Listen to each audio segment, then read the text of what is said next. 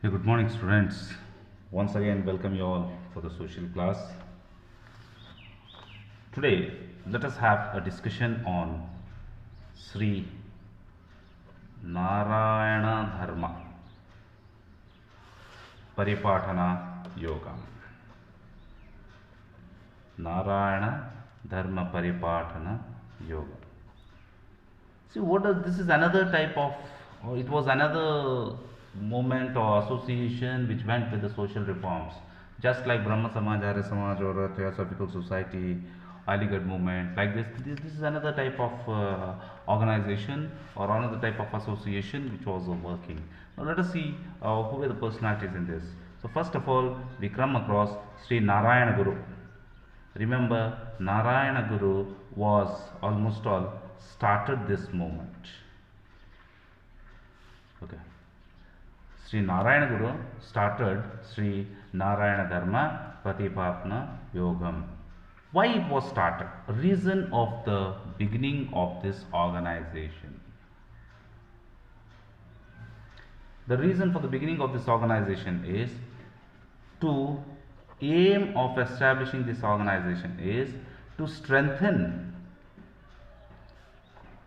backward and exploited communities, to strengthen the backward and the exploited communities, and especially he want to uplift a community which was called as Ezhava. Remember, there was a community which was called as Esthava. Okay. This community which was existing in Kerala. The community faced a lot of issues, or you can say a lot of problems. So in order to overcome the problems of these people, this organization came to existence, and overall we can say it came or it existed for the strengthening of a backward and the exploited classes. And Narayan Guru, who is the founder, he was born in 1854 and he went up to 1928.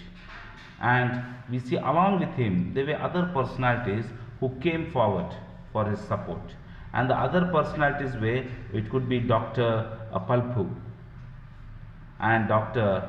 and Kumaran Asan, as well as Dr. Palpu, with the other personalities who came forward for the work or supported Narayana Guruji in order to establish this and in order to fight or in order to achieve these goals. Now, what were the problems that we see there? See, first of all, we see that the issue in Kerala, why this organization came, means we see that difference in casteism. Casteism existed a lot, and there was a prohibition in public places. In public places, people were not allowed. Okay. What were the public places? Example, the people coming from lower class were not allowed to walk on roads and also use the public tanks. Okay, they were not supposed to wear footwear. And even there was a problem of dress for women. The women were not supposed to wear proper dress, means we can say there was a restriction on wearing of dress among women. Overall, we can say, overall it is, there was an issue with human rights.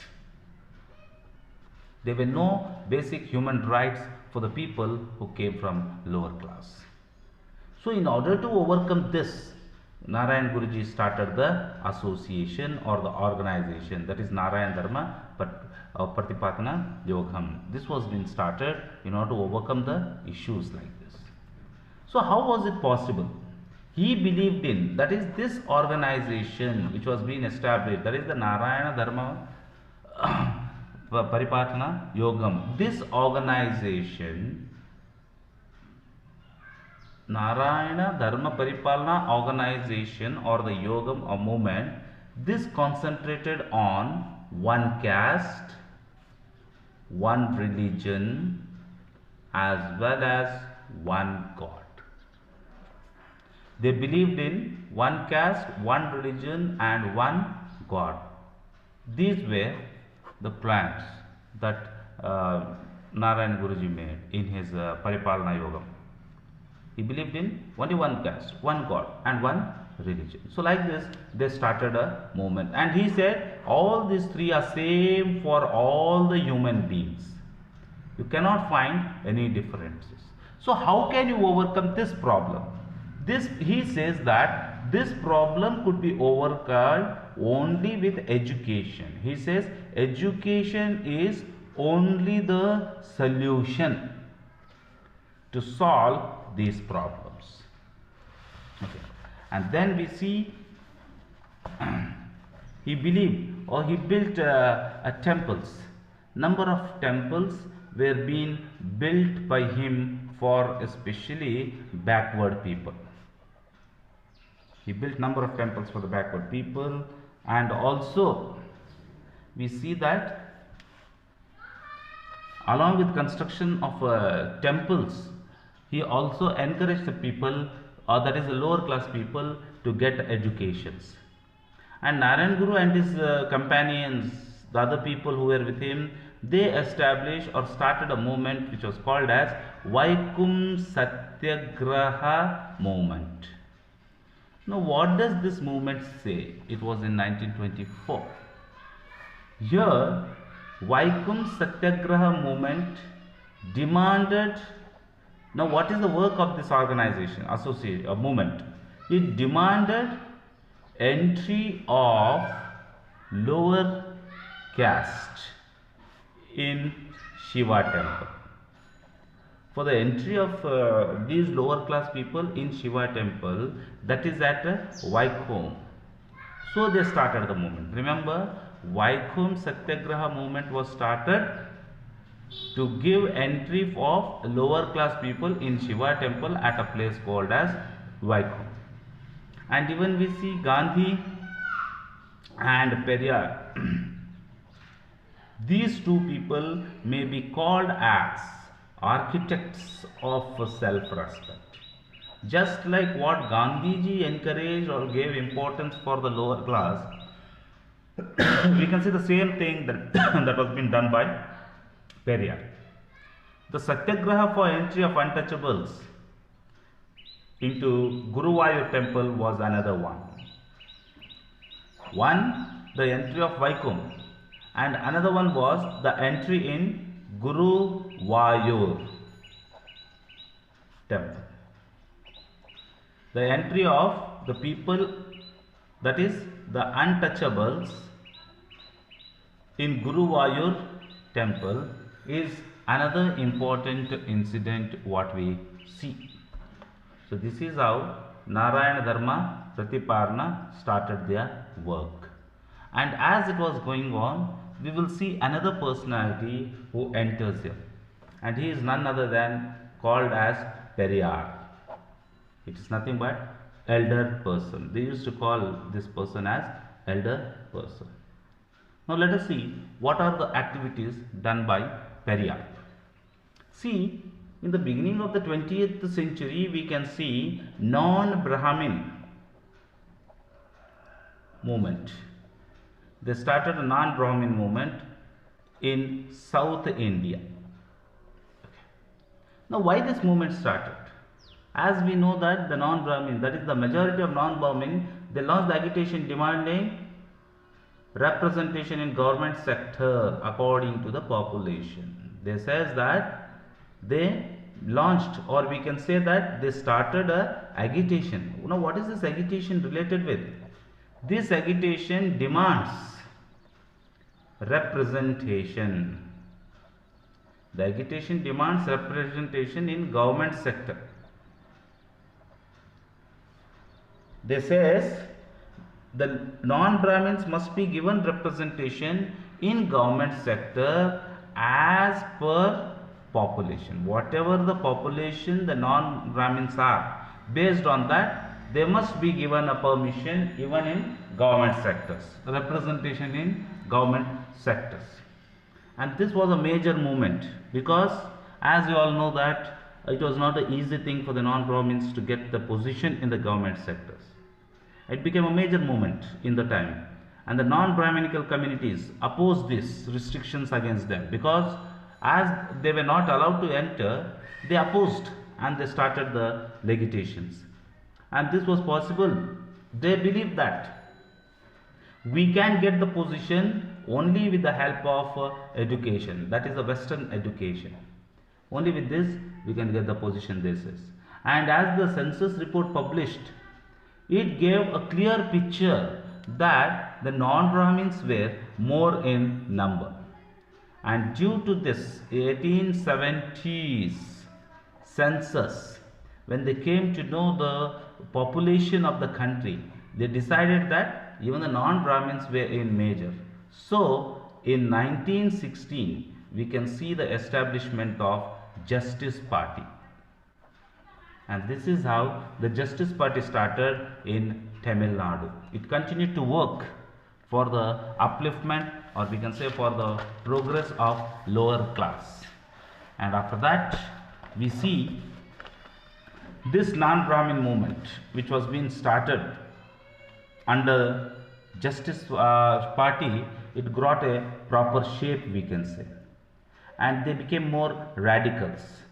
And then we see one more movement was started, which was called as a self-respect movement. And this self-respect movement, which was being done by E.V. Ramaswamy Naidar. E.V. Ramaswamy Naidar. He became a new leader who started this self-respect movement. And this Ramaswamy, in 1925 he joined Congress.